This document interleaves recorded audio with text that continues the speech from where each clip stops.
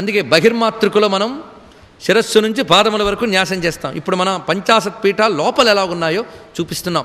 మీరు చదువుతున్న లలితాశాస్త్రంలోంచి విశుద్ధి చక్ర నిలయ రక్తవర్ణ త్రిలోచన ఖట్వాంగాది ప్రహరణ వదనైక సమన్విత పాయసాన్న ప్రియా త్వక్స్థ పశులోక భయంకరి అమృతాది మహాశక్తి సంవృత డాకినీశ్వరి.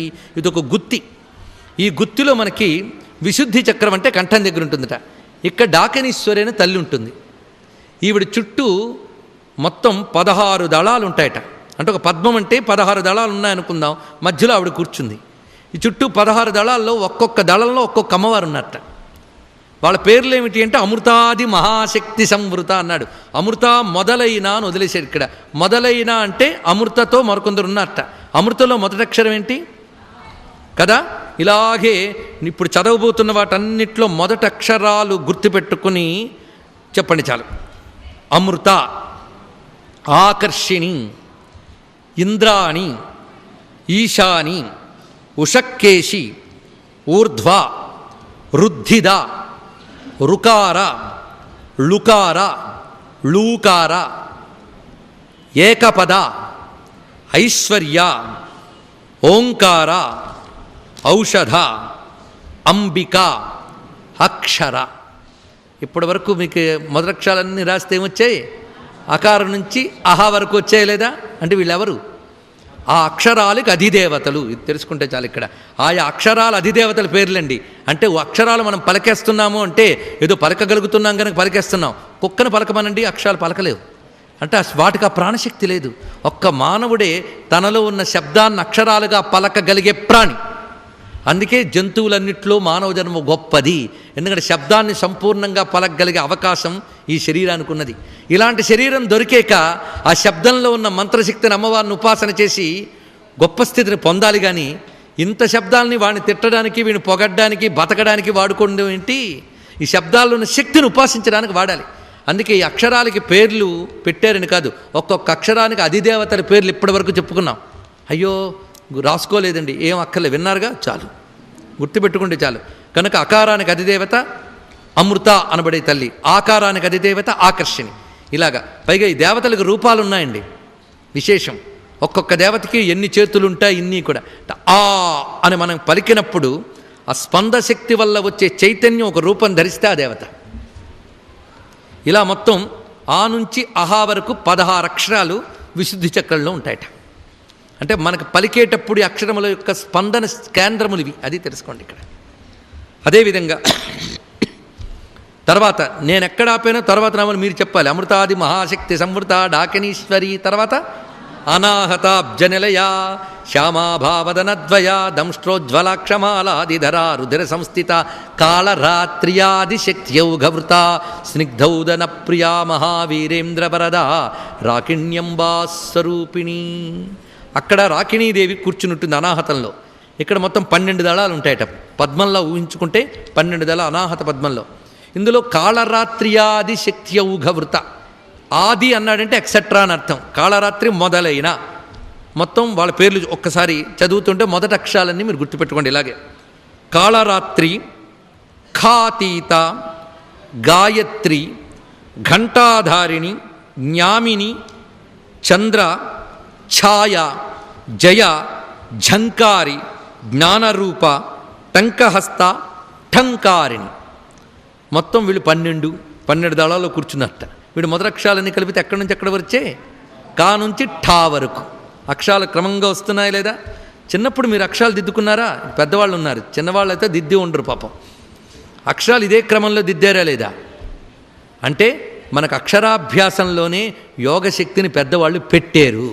అంతేగాని మీరు హకారంతో ప్రారంభించకుండా అకారంతో ఎందుకు ప్రారంభించారు? ఇదంతా సైన్స్.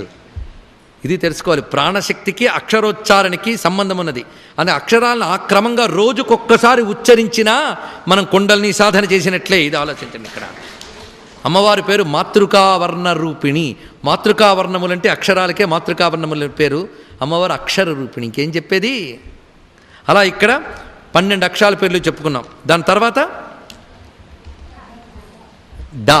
ఇక్కడికి వచ్చేటప్పటికి తర్వాత శ్లోకంలోకి మీరు ప్రవేశించేమే. అనాహతం తర్వాత వచ్చినటువంటిది మణిపూరాబ్జనిలయ శ్యామాభావదనద్వయ అలా వస్తూ ఉంటే అక్కడ మీకు డామర్యాదిభిరావృత, డామరి మొదలైన అన్నారు ఇక్కడ. వాటి పేర్లు ఒక్కసారి చదువుకుందాం. డామరి మొదటావిడ, ఢంకారిణి, నామిరి, తామసి, స్థాన్వి, ఇక్కడ థా తీసుకోవాలి, దాక్షాయణి, ధాత్రి, నంద, పార్వతి, ఫట్కారి. పా వరకు వచ్చాం కదా, డా నుంచి పా వరకు మొత్తం ఎన్నయ్యే? 10 కదా. ఈ 10 ఎక్కడున్నాయి? మన యొక్క మణిపూర చక్రంలో ఉంటాయి ఈ 10 కూడా. తర్వాత స్వాధిష్టానానికి దిగితే బందిన్యాది సమన్విత వచ్చేమే లేదా స్వాధిష్టానంలో, బందిని మొదలైన. ఇది వచ్చేప్పటికి ఇక్కడ పెద్ద కష్టపడకల్లా 6 లెక్క పెట్టుకుంటున్నారా? 16, 12, 10, ఇప్పుడు 6. బందిని, భద్రకాళి, మహామాయ, యశస్విని, రమ, లంబోష్ఠి, మొత్తం 6 అయ్యాయి కదా. ఇప్పుడు ఎక్కడి నుంచి ఎక్కడికి వచ్చాం మనం? బా నుంచి లా వరకు అక్షరాలు వచ్చేసాయి. ఇప్పుడు మూలాధారం, మూలాధారంలో వరదాది నిషేవిత చెప్పుకుంటున్నాం కదా. వరదాది నిషేవిత, వరద ఆది, వీళ్ళు 4 బాధలేదు. వరద, శ్రీ, షండ, సరస్వతి, ఇది వీళ్ళు మొత్తం ఏమొచ్చాయి ఇక్కడ? వాశ, శాస 4 వచ్చేసాయి. మూలాధారంలో 4 దళాలు ఉంటాయండి వాటికి. ఇక్కడ తర్వాత హంసవతి ముఖ్య శక్తి సమన్విత ఆజ్ఞాచక్రాబ్జనల్య. చూడండి, ఇక్కడి నుంచి కిందకు వచ్చి మళ్ళీ ఇక్కడికి వచ్చాడు. ఎందుకు అలా వచ్చాడు? ఇది ఎప్పుడైనా ఆలోచించారా? ఇక్కడ నుంచి దిగితే బాగుండండి, లేకపోతే కింద నుంచి పైకి వస్తే బాగుండు. కంఠం నుంచి కిందకి వెళ్ళమంటే మళ్ళీ పైకి రావడం ఏంటి? అకారం నుంచే ప్రారంభిస్తాం కనుక, కంఠం దగ్గర అకారం ఉంది కనుక అక్కడి నుంచి ప్రారంభించారు. అంతేకాదు, ఇది ఆకాశతత్వం. అటు తర్వాత వచ్చేది వాయుతత్వం, అగ్నితత్వం, జలతత్వం, భూతత్వం, మూలాధారం కదా. ఆకాశం, వాయువు, అగ్ని, జలము, భూమి, ఇదే కదా క్రమం. అందుకు విశుద్ధి నుంచి మొదలుపెట్టారు. ఇది దేనికి ప్రతీక అంటే మనశ్చక్రం అండి. ఇది మన శరీరంలో ఉన్న పంచభూతాలను కంట్రోల్ చేస్తూ ఉంటాయి. మన మనస్సు యొక్క చక్రం ఇక్కడుంది. ఇవి ఎవరికి ఉన్నాయి? ఈ పురాణం వినేవారికి కదా, అందరికీ ఉందండి. గుండె గురించి పాఠం చెప్తున్నామంటే చెప్పిన ఆయనకి విన్న వాళ్ళకి ఉందని అర్థం కాదు, అందరికీ ఉంది. వాళ్ళు తెలుసుకుంటున్నారు, అది ఇక్కడ అర్థం. అందుకు హిందువుల జ్ఞానం అంటే అందరిలో ఉన్న శక్తిని చెప్పడం. దాన్ని తెలుసుకున్న వాళ్ళు హిందువులు, తెలియని వాళ్ళు ఇతరులు. అందుకే ఇక్కడ తెలుసుకోండి. ఇక్కడ చెప్తున్నటువంటి ఈ మాట విశ్వజనీయమైన విజ్ఞానం పేరే హిందూ మతం అని మరొకసారి అర్థం చేసుకుంటే, వరదాది నిషేవిత అయిపోయింది కదా. ఆజ్ఞాచక్రం దగ్గర హంసవతి ముఖ్య శక్తి సమన్విత. ఇక్కడ కొందరు 2 దళాలే అంటారు, హ, క్ష. కానీ మధ్యలో కూడా కొందరు చెప్తారండి లా, ఇది లకార రూపిణి. ఈ లా అనేటువంటి ద్రవిడ భాషలో మనకు వస్తుంది.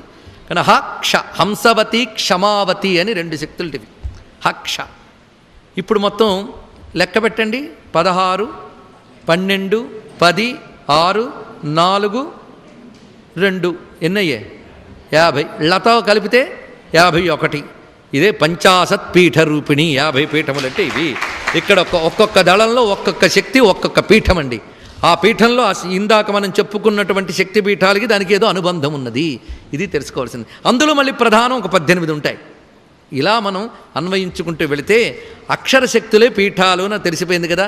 ఇప్పుడు అక్షరాలకి పీఠాలకున్న అనుబంధం తెలుసుకొని ఒక్కొక్క అక్షర ఉచ్చారణకి దీనికి ఉన్నటువంటి అనుబంధం చూడాలి. అందుకే మహానుభావుడు దూర్వాస మహర్షి రచించినటువంటి స్తోత్రముల్లో పరశంభు మహిమ్న స్తుతి అనో గ్రంథం ఉందండి. చిత్రం ఏంటంటే, జ్ఞానపరమైన అంశములు చెప్తూ ఉంటే విసుగు, చిరాకు పుడుతూ ఉంటుంది. కథాపరమైన చెప్తూ ఉంటే అక్కడితో ఆగిపోతే జ్ఞానులకు బాధ కలుగుతుంది. కానీ మనం ఇంకా ఇంకా తెలుసుకోవాలని వెళుతూ ఉంటే ఋషులు ఇచ్చిన ఒక్కొక్క జ్ఞానం ఆశ్చర్యచకితం చేస్తాయి. అదృష్టవశాత్తు యువతరం జాగ్రత్తగా విని అర్థం చేసుకుంటున్నారు. కాస్త నిద్రపోతున్న వాళ్ళు, మర్చిపోతున్న వాళ్ళు, ఇంత డెప్త్ అయితే భరించలేమనే వాళ్ళు పెద్దవాళ్లే. ఇది తెలుసుకోండి ఇక్కడ. ఎందుకంటే బుర్రలు పాడైపోయాయి ప్రిజుడిస్తో. అనేక చోట్ల తెలుసుకుంటున్నాం ఇక్కడ విషయాన్ని. ఇక్కడ మహానుభావుడు దూర్వాస మహర్షి ఒక అద్భుతమైన విషయాన్ని రచించారు. ఎందుకో ఒక్కొక్క జ్ఞానం చెప్పాలంటే ఉత్సాహం. షణ్ణామప్యన్వయానాం క్షితిజలదహన స్పర్శనాకాశచేతో విరాజత్ పీఠస్థానాం పరాజ్యాః పరశివ భవత శక్తయో మాతృకాంతాః అన్నాడు ఇక్కడ పరశంభు మహిమ స్తుతుల్లో. పరమేశ్వర, నీ శక్తి యొక్క పీఠములు, పీఠస్థానం, ఇవి ఎలా విరాజిల్లుతున్నాయంటే షణ్ణామప్యన్వయానాం, మొత్తం 6 యందు. ఈ 6 యందు ఉన్నప్పుడు క్షితి జల దహన స్పర్శనాకాశ చేతో విరాజత్. ఎంత గొప్పగా చెప్పాడు చూడండి. అంటే భూతత్వం మొదలుకొని ఆకాశతత్వం వరకు ఇక్కడికి వచ్చాం. ఇది చేతోతత్వం అంట. చేతస్సు అంటే అంతఃకరణం, చిత్తము అని అర్థం. కనుక మనం మైండ్ కంట్రోల్ చేయాలంటే దృష్టి ఇక్కడ పెట్టాలని చెప్పారు పెద్దవాళ్ళు. అదే వారణాసి అండి. మరి ఇంకోటి ఏమున్నది? జ్ఞానదృష్టి. అది చేతోస్థానంట. ఇది పీఠాలన్నింటిలో పెద్ద పీఠం. ఇక్కడ దాకా వెళ్తే చాలు. ఇక పై పీఠం ఉంది సహస్రారం. అక్కడ మొత్తం 51 అక్షరాలు కలిసిన అమ్మ ఉంటుందిటండి. ఆవిడ లలితా త్రిపుర సుందరి అనండి, పరాశక్తి అనండి. మొత్తం అక్కడున్న 51 డివైడ్ అయ్యి మొత్తం 6 వ్యాప్తి అయ్యాయి. అది మూలచక్రం. అది అత్యంత ప్రధానమైనటువంటిది. అందుకే ఒక్కొక్కటి దాటుకుంటూ వెళ్ళి అన్నిటికీ మూలమైన పరతత్వాన్ని చేరుకోవడమే యోగంలో. ఈ 50 పీఠ రూపములు అక్కడున్నాయి. ఇదే సర్వవర్ణోపశోభిత. వర్ణము అంటే అక్షరము, సర్వవర్ణోపశోభిత అంటే అన్ని వర్ణములతో సహస్రారాంబుజారూఢ ఆవిడ. ఇది పీఠముల యొక్క స్థానం. ఇందులో చిత్తపీఠం ఎక్కడుంది? భూమధ్యంలో కదా. అసలు ముఖ్యం అదేగా. చిత్తం కూడా బాగుంటే అన్నీ బాగుంటాయి. అందుకే ఒక్కొక్క చక్రాన్ని ఎలా కంట్రోల్ చేయాలంటే ఒక యోగిని అడిగితే ఆ యోగి ఒక్క మాటలో చెప్పాడండి. ఎందుకంటే యోగం పెరుగుతున్న కొద్దీ మేడీజీ వస్తుంది, అవునా లేదా? టెక్నాలజీ మొట్టమొదటి హార్డ్వేర్ అయితే సాఫ్ట్వేర్ దగ్గర రాలే, అందులో మళ్ళీ ఎంత సులభమైపోతుంది. అలా యోగంలో అత్యంత సులభ పద్ధతి ఒక చెప్పాడు ఒక ఆయన మహానుభావుడు. ఏమిటంటే 6 చక్రాలు నువ్వు ఒక్కొక్కటి దాటుకుంటూ ప్రయత్నించే కంటే ఆజ్ఞాచక్రం దగ్గర దృష్టి పెట్టి సాధన చేయి, దాని క్రింద ఉన్న 5 కంట్రోల్లో అవుతాయి, అప్పుడు సహస్రానికి వెళ్ళొచ్చు అని చెప్పాడు. పెద్ద ప్రక్రియ. అందుకే అన్నిటికంటే గొప్ప పీఠం ఏది అంటే మొత్తం అష్టోత్తర శతాల్లో కూడాను ఇదే గొప్ప పీఠం అని చెప్పారు. దీని గురించి మత్స్యపురాణం చెప్తున్న మాట చూడండి. ఈ మాటలు ఎందుకు చెప్పడం అంటే అన్ని పురాణాలు గొంతొక్కటే అని చెప్పడం కోసం, మరి కూడా కాదు. చిత్తే బ్రహ్మకళానామ శక్తి సర్వశరీరిణాం. మొత్తం ఒక్కొక్క పీఠంలో ఒక్కొక్క పేరుటి ఈ తల్లికి. చిత్తే బ్రహ్మకళ, అక్కడ తల్లి పేరు బ్రహ్మకళ, దీని పేరు చిత్కళ అండి. ఆవిడ ఎక్కడుంటుంది? చిత్తే బ్రహ్మకళానామ అన్నారు. ఇది మత్స్యపురాణం. పద్మపురాణం ఇంకోటి చెప్తాం చూడండి. చిత్తేషు చిత్కళానామ శక్తి సర్వశరీరిణం. ఇంచుమించు వాక్యం అలాగే ఉంది. చిత్కళ అన్న బ్రహ్మకళ అని ఒకటి. చిచ్చక్తి అంటాం. పరమేశ్వరునికి శక్తి పేరు చిచ్చక్తి. అది ఇక్కడ నుంచి క్రమంగా ప్రసరించి మొత్తం శరీరంలో వస్తుందిట. ఇప్పుడు సైన్స్ కూడా ఇంచుమించు ప్రాణశక్తి ప్రసారణ గురించి అదే మాట చెప్తుంది ఇక్కడ. అందుకు 3 నాడుల కూడలండి ఇది సరిగ్గా. అందుకే వారణాసి గంగా, వారణాసి క్షేత్రము అని. ఇదే భూమధ్యస్థానము. ఇదే మళ్ళీ విశాలాక్షి. అక్కడ కన్ను తెరుచుకుంటే విశాలాక్షి, ఈ 2 కళ్ళు ప్రపంచాక్షి. అక్కడుంది అసలు ప్రపంచాతీత శక్తి. ఇక్కడ మరొక్క రహస్యం ఏంటంటే మూలాధారాది షట్చక్రం శక్తిస్థానముదీరితం కంఠాదుపరిమూర్ధాంతం శాంభవం స్థానముచ్యతే. ఇది గొప్ప మాట చెప్పాడు. మూలాధారం నుంచి 6 చక్రముల వరకు శక్తి స్థానములు అని చెప్తారు. పైన అందులో కంఠం నుంచి లెక్క పెట్టుకోండి, విశుద్ధ వరకు 5 అయింది. ఈ 5 దాటిపోయాక శివస్థానం ఇహోచ్యతే. కనుక ఇదంతా శక్తి, ఇది శివంట. అంటే అర్థం ఇక్కడ శివుడు లేడా, అక్కడ శక్తి లేదా అంటే ఇక్కడ శక్తికి ప్రాధాన్యం ఇస్తూ శివుడున్నాడు, అక్కడ శివుడికి ప్రాధాన్యం ఇస్తూ శక్తి ఉన్నది. అందుకే శివ ప్రాధాన్యం అంటే పరబ్రహ్మ వస్తువు, శక్తి ప్రాధాన్యం అంటే ప్రపంచం. కనుక ప్రపంచం నుంచి పరమాత్మ వైపు వెళ్ళాలంటే శివ ప్రాధాన్యంగా శక్తిని ఉపాసించాలట. శివ ప్రాధాన్యంగా శక్తిని అంటే శివశక్తుల్ని సమప్రాధాన్యంతో ఉపాసించడం చేతనవాలి. అదే శ్రీ విద్య. ఆ కారణం చేతనే ఇక్కడ ఏం చూపిస్తున్నాడంటే మూలాధారాది షట్చక్రం శక్తిస్థానముదీరితం కంఠాదుపరి మూర్ధాంతం శాంభవం స్థానముచ్యతే. కనుక శక్తిపీఠములు శాంభవ పీఠములు. కనుక శంభుపీఠంలో శక్తి కలిసే ఉంటుంది, కానీ శంభుడు ప్రధానంగా కనబడుతూ ఉంటాడు. అలాగా ఇక్కడ కంఠం నుంచి పైకి వెళుతూ అందులో ఎంత పైకి వెళుతుంటామో అంత కేవల పరబ్రహ్మ స్థితికి వెళతాంట. అందుకు అమ్మ కేవల పరబ్రహ్మస్వరూపిణిగా ఉండే చోటు ఏదయ్యా అంటే ఇక్కడ నుంచి ఇదంతా ప్రపంచమైతే ఇక్కడ నుంచి ఇక్కడ పరమాత్మ అండి. ఈ రెండిటికి సంధి స్థానం సరిగ్గా ఇది. ఇదే సంధ్య అంటే. ఇక్కడికి కానీ చేరగలిగితే ఈ సంధి బార్డర్కి వచ్చాం. ఇంకా అక్కడ ప్రపంచం పరమాత్మ 2 కలిసిన ఈ చోటు నుంచి పరమాత్మలోకి వెళ్ళగలం సహస్రారానికి. అందుకే అక్కడికి వెళితేనే రుద్రగ్రంథి విభేదిని, అప్పుడు సహస్రారాంబుజారూఢ సుధాసారాభివర్షిణి. కనుక శక్తిపీఠాలు ఎక్కడున్నాయి? శరీరంలోనే. అంతేకాదు 4 పీఠాలు మనలో ఉన్నాయట, అవి కూడా చెప్తున్నాం. ఏం లేదు, ఉన్నవివే. వీటిలో మరికొన్ని పాయింట్లు చెప్పేటప్పుడు పేర్లు మారుతున్నాయి. కామగిరి పీఠం, పూర్ణగిరి పీఠం, జాలంధర పీఠం, ఓఢ్యాన పీఠము అని చెప్పబడుతున్నది. ఇందులో కామగిరి పీఠం అంటే మూలాధారం, పూర్ణగిరి పీఠం అంటే హృదయస్థానం, జాలంధర పీఠం అంటే కంఠస్థానం. ఇవి యోగంలో కూడా వాడుతుంటారండి. జాలంధర బంధం, ఓఢ్యాన బంధం అని. అంటే యోగమన్నా ఉపాసనన్నా 2 ఒక్కటే. అలా ఇక్కడ జాలంధర పీఠం అంటే కంఠస్థానం, శిరస్సు ఇక్కడ నుంచి పైన అంతా కూడాను ఓఢ్యాన పీఠము అని చెప్పబడుతున్నది.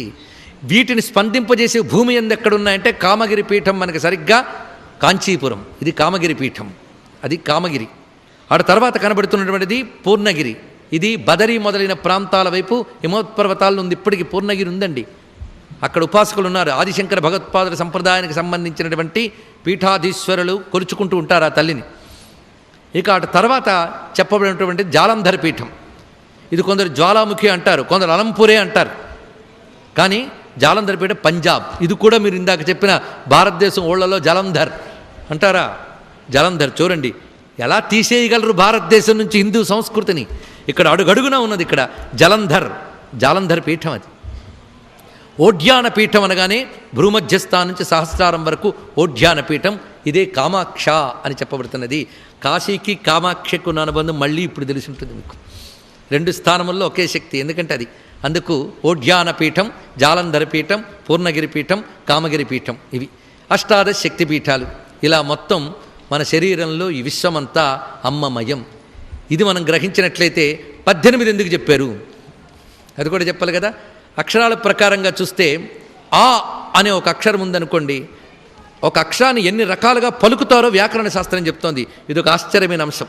అక్షరాల్లో అష్టాదశ శక్తి పీఠాలు ఎలా పరిశీలించాలి, ఎందుకంటే శాస్త్రదృష్టి ఉన్న వాళ్ళ ఉత్సాహపడతారని.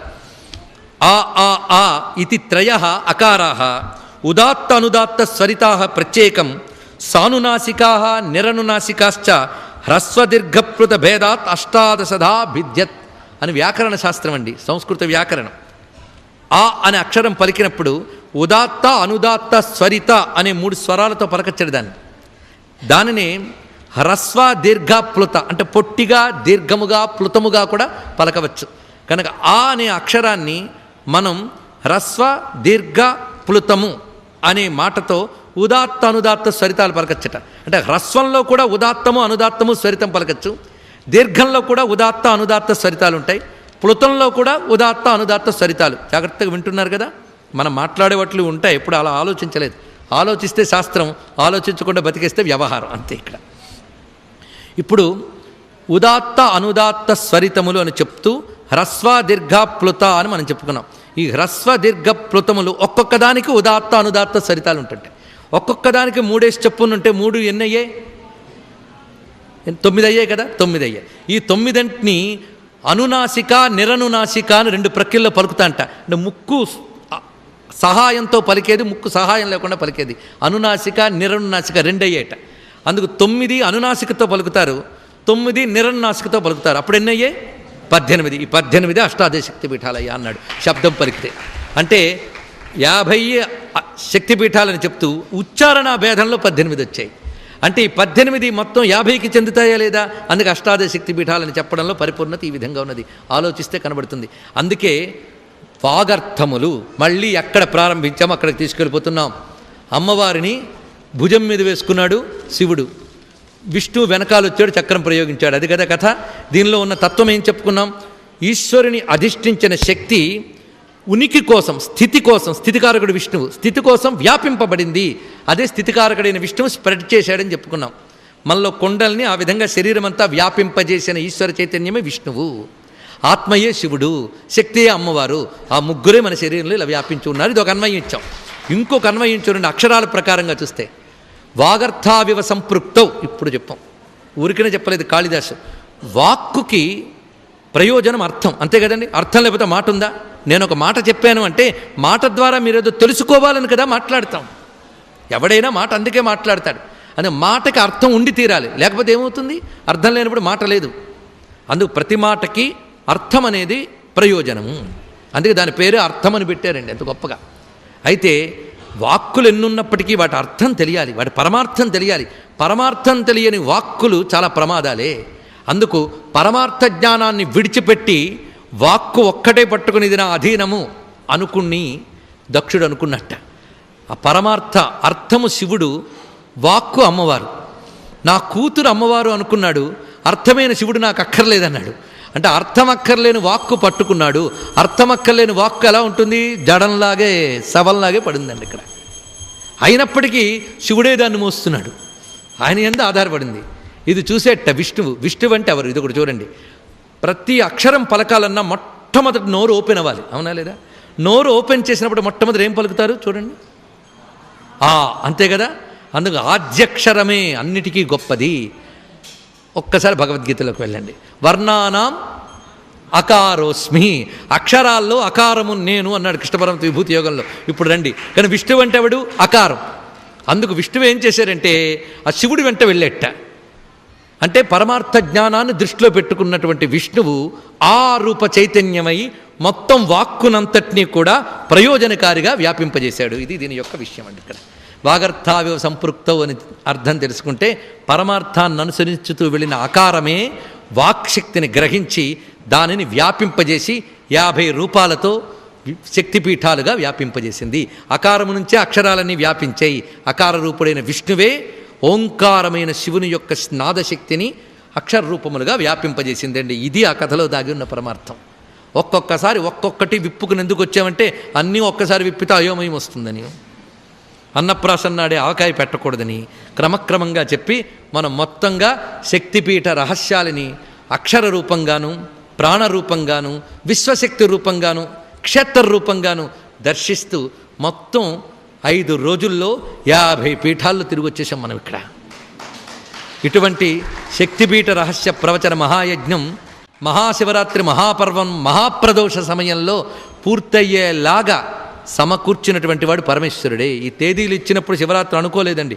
ఆ విషయం నిర్వాహకులకు తెలుసు, మాకు తెలుసు. కేవలం కన్వీనియంట్గా ఉందని చూసుకున్నాం అంతే. చూస్తే శివరాత్రికి పూర్తయింది 5 కూడా. అన్నిటికీ మించి శివరాత్రి నాడు పూర్తి చేయడం కష్టమండి. శివాలయం కదా, లోపలికి జనాలు వస్తూ పోతూ ఉంటారంటే మా శివుడు కూడా ఉపన్యాసం వింటాడండి, ఎందుకంటే వాగర్థములు వాళ్లే కదా. అందుకేం పర్వాలేదు, ఆ సమయంలో మేము నిలుపుతాం దర్శనాలను అన్నారంటే ఆలయ నిర్వాహకులకి ఎంత ఔదార్యం ఉండాలండి. అసలు ఈరోజు శివుడికి రెస్ట్ ఉందా? ఒక్క మన ఆలయంలో శివుడే రెస్ట్గా కూర్చున్నాడు కాస్త. దానికి కారణం ఆలయం నిర్మించిన వాళ్ళకి మంచి హృదయం ఉంది. అసలు శివుడు అంటే ఏమిటో తెలుసు గనక శివభక్తురాలైన శ్రీమతి వాసిరెడ్డి పార్వతీదేవి గారు ఏర్పాటు చేసేది ఇదంతా కూడా ఈ ఆలయం.